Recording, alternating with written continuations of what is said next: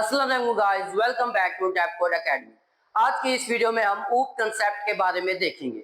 जैसे कि अगर आप कोई भी लैंग्वेज सीखना चाह रहे हैं, डार्ट हो गई, जावा, सी शार्प या पाइथन, ये सारी लैंग्वेजेस जो है ना ऊप को फॉलो करती हैं। इसलिए आपके लिए मस्ट है कि आप ऊप कंसेप्ट सीखें। तो वीडियो को स्टार्ट करते हैं। तो अभी तक आपने हमारा चैनल सब्सक्राइब नहीं किया तो हमारे चैनल को सब्सक्राइब कर लें, बेल आइकन को भी प्रेस कर दें और मेरा टेलीग्राम का चैनल भी है वो भी ज्वाइन कर लें और जो भी क्वेश्चन होगा वो आप वहां पे मुझसे पूछ सकते हैं। तो सबसे पहले हम जो है ना ऊप की डेफिनेशन देख लेते हैं। तो यहाँ पे आप देख सकते हैं ऊप की जो हमारे पास फुल फॉर्म आ जाएगी वो आ जाएगी ऑब्जेक्ट ओरिएंटेड प्रोग्रामिंग सिस्टम, या इसे स्ट्रक्चर भी कहते हैं। और उसके बाद ऊप is a programming paradigm based on the concept of object. तो ये जो ऊप है हमारे पास ये एक प्रोग्रामिंग पैराडाइम है। अब यहाँ पे जो एक क्वेश्चन आ जाता है वो ये आ जाता है कि प्रोग्रामिंग पैराडाइम किसे कहते हैं। यहाँ पे एक ये देखें कि एक प्रोग्राम को लिखने के बहुत से वे होते हैं जिन्हें हम प्रोग्रामिंग पैराडाइम कहते हैं। तो यहाँ पे आप देख सकते हैं जो प्रोग्रामिंग पैराडाइम है, सबसे पहले आपके पास ऑब्जेक्ट ओरिएंटेड प्रोग्रामिंग आ जाएगा।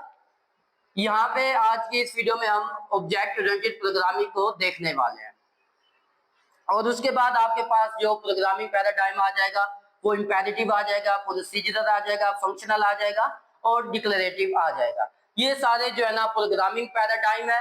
एक ही काम को करने के बहुत से वे होते हैं। जैसे कि मैं आपको एग्जांपल दे देता हूँ कि आपने अगर मनी अर्न करनी है तो उसके बहुत से वे हैं। कोई आप देख सकते हैं कि जॉब से मनी अर्न कर रहा होता है, या तो आप बिजनेस कर सकते हैं, या तो आप यूट्यूब से, जैसे कि मैं वीडियो बना रहा हूँ तो इस वजह से भी आप अर्निंग कर सकते हैं। और इसकी एग्जांपल मैं आपको यहाँ पे दे सकता हूँ। जैसे कि अगर आपको रिजल्ट में जो है ना 4 जो है ना वो रिक्वायर्ड होना चाहिए, या रिजल्ट में आपको 4 जो है ना वो रिक्वायर्ड होना चाहिए, इसके लिए आपको बहुत से वे हैं, आप जो है ना आसानी से ये रिजल्ट लेके आ सकते हैं। जैसे कि अगर मैं यहाँ पे 2+2 कर देता हूँ तो इसका जो मेरे पास आंसर आएगा वो मेरे पास क्या आ जाएगा, 4 आ जाएगा। और यहाँ पे अगर मैं 8-4 कर देता हूं तो ये भी मेरे पास क्या आ जाएगा, 4 आ जाएगा। यहाँ पे अगर मैं 6-2 कर देता हूं तो ये भी मेरे पास आंसर इसका क्या आ जाएगा, 4 आ जाएगा। या आप इसको डिवाइड भी कर सकते हैं। यहाँ पे अगर आप नोट करें आपका जो रिजल्ट है वो हमेशा सेम रहेगा, 4 ही रहेगा, लेकिन यहाँ पे जो आपने वे इस्तेमाल किए हैं वो चेंज है। जैसे कि यहाँ पे मैंने प्लस किया, माइनस किया, यहाँ पे भी माइनस किया, यहाँ पे मैंने डिवाइड कर दिया, लेकिन आंसर जो रहेगा वो हमारे पास यहाँ पे क्या रहेगा, हमेशा सेम रहेगा। तो इसी वजह से जो प्रोग्रामिंग पैराडाइम है, एक ही जो प्रोग्राम होगा आपका उसको करने के लिए बहुत से वे होंगे। जैसे कि आप इस पैराडाइम को फॉलो कर सकते हैं, इंपेरेटिव पैराडाइम को फॉलो कर सकते हैं, प्रोसीजरल, फंक्शनल और डिक्लेरेटिव पैराडाइम को भी आप आसानी से फॉलो कर सकते हैं। तो सबसे पहले मैं जो है ना ये पैराडाइम आपको समझा देता हूँ, जिसमें आपको इंपेरेटिव आ जाएगा, प्रोसीजरल आ जाएगा, फंक्शनल आ जाएगा या डिक्लेरेटिव आ जाएगा। तो ये मैं इनके लिए बस इंट्रो दे देता हूँ और ऑब्जेक्ट ओरिएंटेड प्रोग्रामिंग हम तफसील से देखते हैं। तो सबसे पहले जो है ना हमने ये पैराडाइम जो मैंने यहाँ पे लिखे हुए हैं इनको देख लेते हैं, और उसके बाद जो है ना हम ऑब्जेक्ट ओरिएंटेड प्रोग्रामिंग को डिटेल से देखेंगे। यहाँ पे मैंने इसलिए लिखे हुए हैं ताकि आपको इनका भी इंट्रो कुछ पता होना चाहिए, ताकि आप डिफरेंस कर सकें कि ये ऑब्जेक्ट ओरिएंटेड प्रोग्रामिंग को लैंग्वेज फॉलो कर रही है या ये लैंग्वेज ऑब्जेक्ट ओरिएंटेड प्रोग्रामिंग को फॉलो नहीं कर रही। तो सबसे पहले आपके पास यहाँ पे क्या आ जाएगा, इंपेरेटिव प्रोग्रामिंग आ जाएगा, स्टेप बाय स्टेप इंस्ट्रक्शन आ जाएंगी इनमें। जैसे कि ये मैंने एग्जांपल भी लिखी हुई है, a=5, b=5, और रिजल्ट में आपके पास a+b आ जाएगा, जो कि क्या हो जाएगा, 10 हो जाएगा। और इसको जो लैंग्वेज फॉलो करती है यहाँ पे आप देख सकते हैं सी, C++, जावा और जावास्क्रिप्ट, ये हमारे पास इंपेरेटिव प्रोग्रामिंग आ जाएगा। और उसके बाद आपके पास डिक्लेरेटिव प्रोग्रामिंग आ जाएगा, जो कि आपके पास यहाँ पे एसक्यूएल या HTML लैंग्वेज जो है ना वो फॉलो करती है। Program should accomplish not how, ये एग्जांपल भी मैंने यहाँ पे लिखी हुई है, select name from user where age greater than 10। तो ये हमारे पास वो सारे रिजल्ट लेके आ जाएगा जिसकी एज क्या हो जाएगी, 10 से ग्रेटर होगी। ये हमारे पास क्या हो जाएगा, डिक्लेरेटिव प्रोग्रामिंग आ जाएगा। और उसके बाद आपके पास यहाँ पे प्रोसीजरल प्रोग्रामिंग आ जाएगा। यहाँ पे जो है ना हम क्या करेंगे, एक प्रोसीजर जो है ना वो हम लिख देते हैं, उसको बार बार जो है ना हम यूज करते हैं। जैसे कि organising code into reusable procedure, और इसको जो लैंग्वेज फॉलो करती है वो हमारे पास सी आ जाएगी और पास्कल आ जाएगी। और सी लैंग्वेज जो है ना वो प्योर जो है ना वो प्रोसीजरल लैंग्वेज है।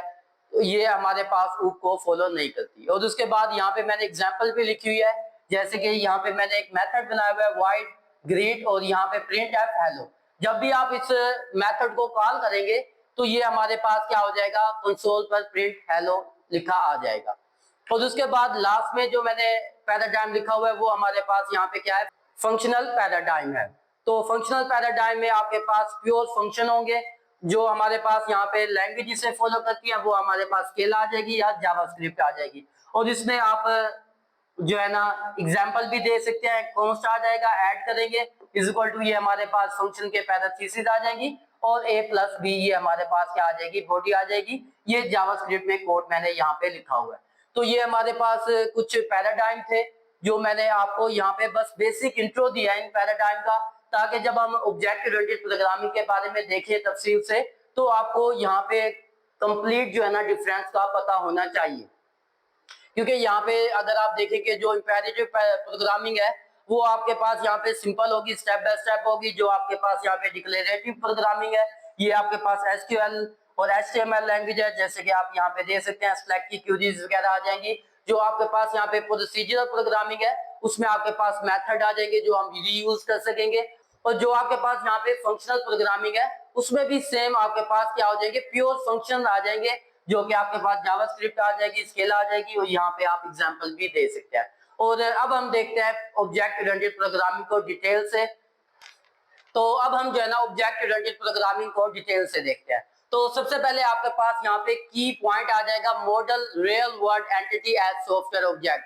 जो हमारे पास रियल वर्ल्ड में एंटिटी होगी उसको हम सॉफ्टवेयर में क्या करते हैं, ऑब्जेक्ट उसका बना लेते हैं। ये हमारे पास जो है ना की पॉइंट है ऑब्जेक्ट ओरिएंटेड प्रोग्रामिंग का, और इसको मैं डिटेल से समझाने की कोशिश करता हूँ। तो जैसे कि मैंने यहाँ पे कंपैरिजन किया हुआ है, ये हमारे पास क्या आ जाएगा, रियल वर्ल्ड आ जाएगा और यहाँ पे आपके पास क्या आ रहा है, प्रोग्रामिंग आ रहा है। तो रियल वर्ल्ड में आपके पास एंटिटी आ जाएगा जिसमें आपके पास पर्सन, प्लेस या थिंग, ये हमारे पास रियल वर्ल्ड में एंटिटी होगी। और इसी चीज को हम प्रोग्रामिंग में क्या कहते हैं, क्लास कह देते हैं, जिसमें आपके पास कोई भी क्लास होगी, जैसे कि बर्ड और एनिमल की एग्जांपल मैंने यहाँ पे लिखी हुई है। तो आप एक सिंपल सी एग्जांपल मैं आपको बता देता हूँ, जैसे कि पर्सन को ले लेते हैं स्टूडेंट। तो रियल वर्ल्ड में स्टूडेंट जो है ये आपके पास एक एंटिटी आ जाएगा और इसी स्टूडेंट की हम एक क्लास बना लेंगे जो आपके पास यहाँ पे प्रोग्रामिंग में आ जाएगा। तो इसीलिए जो है ना ऑब्जेक्ट ओरिएंटेड प्रोग्रामिंग जो रियल वर्ल्ड में एंटिटी होगी उसको हम सॉफ्टवेयर में ऑब्जेक्ट बना देते हैं। इसका जो मेन कंसेप्ट है वो इसी पे सारा डिपेंड करता है। जैसे कि एंटिटी है, पर्सन है, स्टूडेंट है, इसको रियल वर्ल्ड में आप एंटिटी कहेंगे, लेकिन इसको हम क्या करते हैं, जब आप प्रोग्रामिंग में लेके जाएंगे तो इसकी एक क्लास बना देंगे। जैसे कि बर्ड आ जाएगा, एनिमल आ जाएगा, या थिंग में या प्लेस में आप कोई भी ले सकते हैं, कार की एग्जांपल ले सकते हैं। तो वो रियल वर्ल्ड में वो एक एंटिटी होगा और इसी को हम क्या करेंगे, जब प्रोग्रामिंग में लेके जाते हैं तो ये हमारे पास क्या आ जाएगा, एक क्लास बन जाएगी।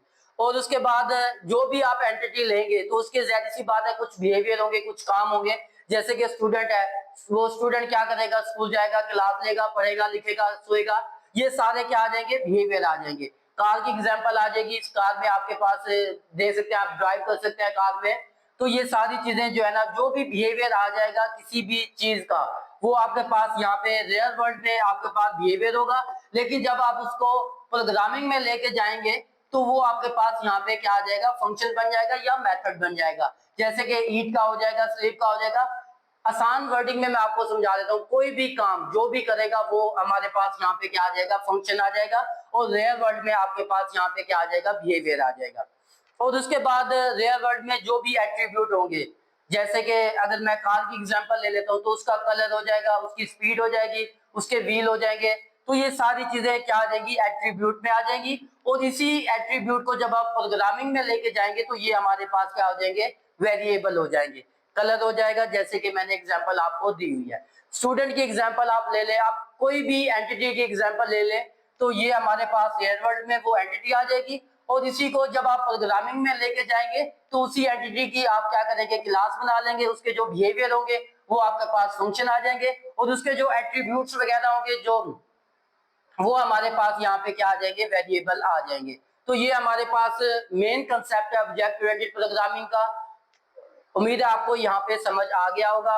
अगर कोई भी क्वेश्चन होगा तो आप मुझसे कमेंट में पूछ सकते हैं, या आप मेरा टेलीग्राम का चैनल जो है ना वो ज्वाइन कर लें और उसमें मुझसे क्वेश्चंस वगैरह कर सकते हैं। लिंक आपको डिस्क्रिप्शन में मिल जाएगा। और उसके बाद अब आ जाते हैं मेन पिलर पे। जो ऑब्जेक्ट ओरिएंटेड के मेन पिलर है उसमें आपके पास इनकैप्सुलेशन आ जाएगा, एब्स्ट्रैक्शन आ जाएगा, इनहेरिटेंस आ जाएगा और पॉलीमॉर्फिज्म आ जाएगा। ये 4 पिलर जो है ना वो हम नेक्स्ट वीडियोस में देखेंगे कि इनके क्या काम है, किस तरह जो है ना आप इसको प्रोग्रामिंग में इंप्लीमेंट कर सकते हैं। ये सारी चीजें नेक्स्ट वीडियो में इंशाल्लाह मैं कवर करूंगा। और उसके बाद यहाँ पे जो है ना ये कंसेप्ट आपको उम्मीद है समझ आ चुका होगा। अब हम जो नेक्स्ट वीडियो में बनाऊंगा उसमें मैं यहाँ पे क्लास, मेथड और ऑब्जेक्ट के बारे में मैं आपको बताऊंगा। और आज की इस वीडियो में इतना ही। उम्मीद आपको ये वाली वीडियो हमारी पसंद आई होगी। तो आप मेरे चैनल को प्लीज सब्सक्राइब कर लें और शेयर भी कर दें इस वीडियो को। मेरे टेलीग्राम चैनल को भी लाजमी ज्वाइन कर लें। जो भी क्वेश्चन होगा आप वहां पे मुझसे पूछ सकते हैं। तो मिलते हैं नेक्स्ट वीडियो में। खुदा हाफिज।